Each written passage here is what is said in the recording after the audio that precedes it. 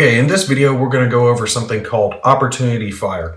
Opportunity Fire is very similar and performed almost the exact same way as just normal ranged combat, with the exception that it's going to be performed during the enemy's movement step. If you have an enemy unit that enters a new hex within the line of sight of a good order unit that is not marked with an ops complete marker and it's also in range, then they can perform a ranged attack against that unit. You would use all the normal rules that would apply for ranged combat. So as an example, let's say our tigers are sitting here and this SU-152 wants to take and try to move along closer to these tigers to try to get a reduced ranged attack against them.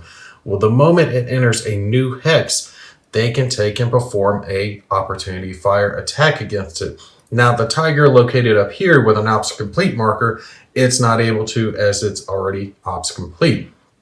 Both of the tigers here can though, but something you need to remember when it comes to opportunity fire is what I call the 1-to-1 rule. You will always have one unit attacking one unit. It does not matter if there are a couple of units stacked in the hex moving along together or a couple of firing units stacked together. You will pick one firing unit to attack one moving unit.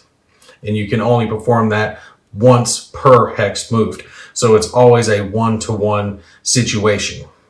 Now let's say our SU-152 moved into the hex and one of our tigers took an opportunity fire against it. All modifiers applied, it hit, and it caused a disruption against the SU-152. At that point, the SU-152's activation would end. Any unit that's op-fired against that is disrupted or reduced, it stops in the hex that it's fired in, and then its activation is over. And of course, you're going to take and mark the firing unit as ops complete.